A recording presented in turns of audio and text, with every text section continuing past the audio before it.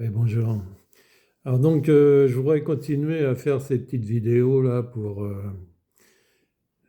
essayer d'expliquer euh, pourquoi Jésus, pourquoi pas une autre religion, euh, pourquoi c'est si important de parler de ces choses-là.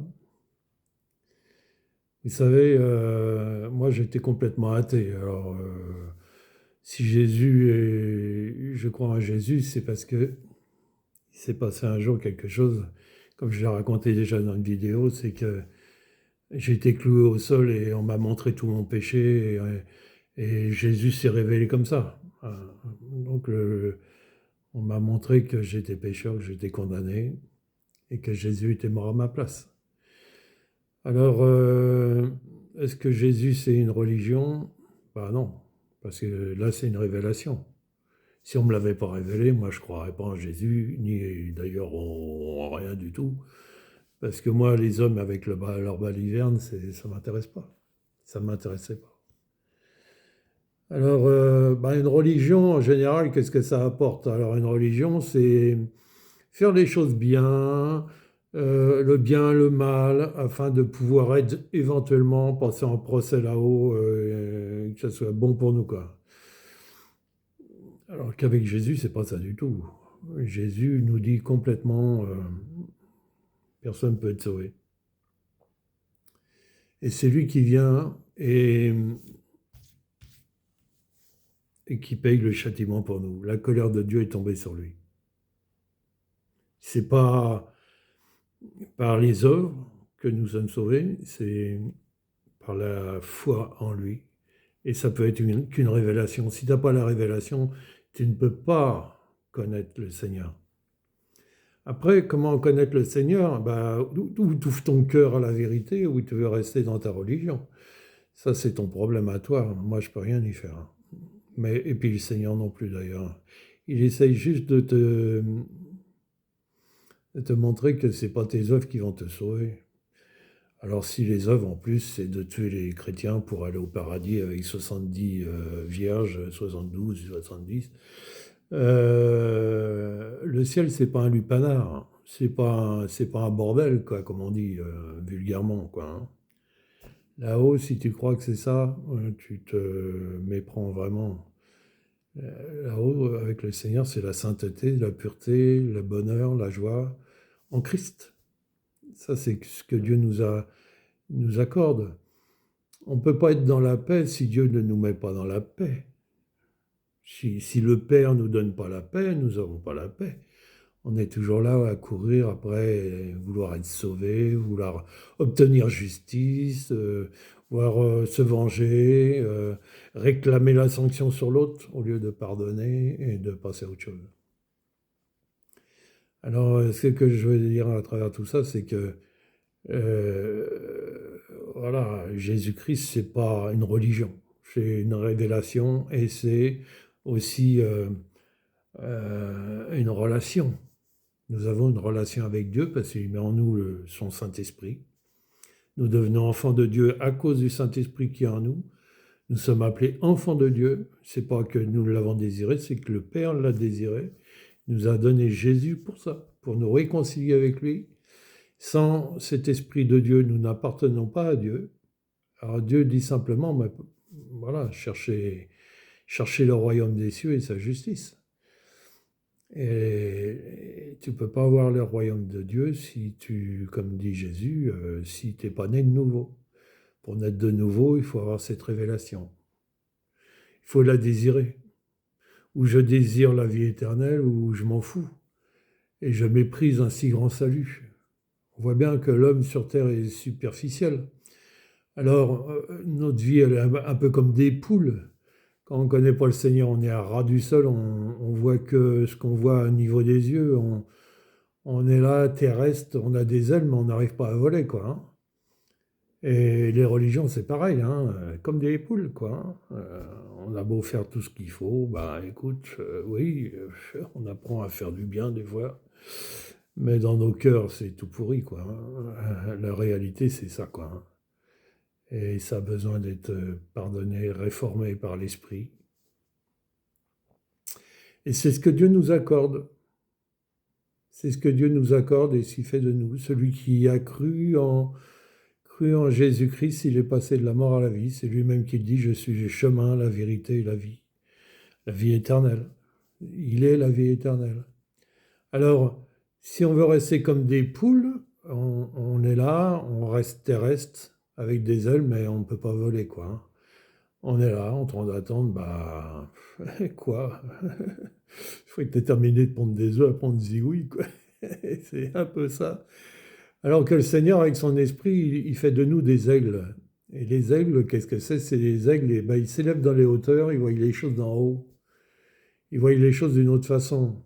Ils pardonnent, enfin, en chrétien, ça pardonne, parce que le Seigneur lui dit, si tu ne pardonnes pas de tout ton cœur, moi je ne te pardonne pas. Alors déjà, tu vois, la religion, c'est déjà à ce niveau-là. Parce qu'on a beau être même chrétien de religion, est-ce qu'on pardonne? Si tu ne pardonnes pas, tu n'es pas pardonné par Dieu, tout simplement. Que tu sois chrétien ou pas. Et donc, le Seigneur nous donne des commandements. Aimez-vous les uns les autres comme je vous ai aimé. Il nous a donné cet amour pour pouvoir aimer les autres. Alors, évidemment, on ne vient pas du jour au lendemain comme ça, hein. Il y a un chemin. Il y a un chemin de sanctification, de purification. Mais voilà, et c'est pas un chemin qui est sans souffrance. Dans le monde, il y a des souffrances de tous les côtés, mais pour les chrétiens, c'est pareil. Sauf que dans le monde, les souffrances, bah, tu es là en famille, tu les portes tout seul ou en famille ou quoi que ce soit. Tandis que là, Dieu vient dans ta souffrance. Il est avec toi. Il est avec toi dans toute ta détresse. Il vient à ton secours. Moi, je peux en témoigner, hein. Moi, j'ai été, il y a très peu de temps, il y a plus d'un an, là, j'avais un cancer des poumons stade 4. Du jour au lendemain, comme ça. On m'annonce la chose. Mais euh, quand j'étais sur mon lit d'hôpital, mais vraiment, vous savez, j'ai fait 90 jours d'hôpital. J'ai pas mangé pendant 70 jours. J'ai juste bu un petit peu, puis un yaourt de temps en temps avec des goûts. Et puis un jour, le Seigneur m'a parlé, il m'a dit, fais-moi confiance. Mais il m'avait dit aussi un petit peu avant, mais il dit, est-ce que tu veux partir tout de suite ou est-ce que tu veux vivre pour faire ma volonté? Alors, je me suis juste posé la question, j'ai dit, mais si je meurs maintenant, après tout, pourquoi pas, hein, c'est plus simple là-haut qu'ici. Et moi, je vais régler mes problèmes par rapport à tout ça. Moi, la vie sur Terre, c'est pas ma tasse de thé, vraiment. Mais comment mourir? Comment se présenter dans le Seigneur sans avoir fait sa volonté, quoi? Je veux dire, ça, c'est un truc de fou, quoi. J'ai dit, non, je suis là pour faire ta volonté, Seigneur, et je vais vivre. Et le Seigneur m'a dit, fais-moi confiance. Et alors, est-ce qu'on a la possibilité de faire confiance à Dieu? Non, mais on a la possibilité de dire, je voudrais lui faire confiance, je veux te faire confiance. Mais c'est lui qui nous donne la capacité. Et non seulement la confiance est venue en moi, mais en plus de ça, j'étais dans le repos total, quoi, hein. Vous savez, il y a un épisode où c'est que dans les Écritures, là, où c'est que il y avait la tempête, et puis les disciples étaient à bord, et Jésus, il dormait au fond du bateau. Et les disciples, ils réveillent Jésus en disant, mais Seigneur, tu vois pas qu'on va mourir, on va couler, on va se noyer, là. Et puis lui dit, homme de peu de foi.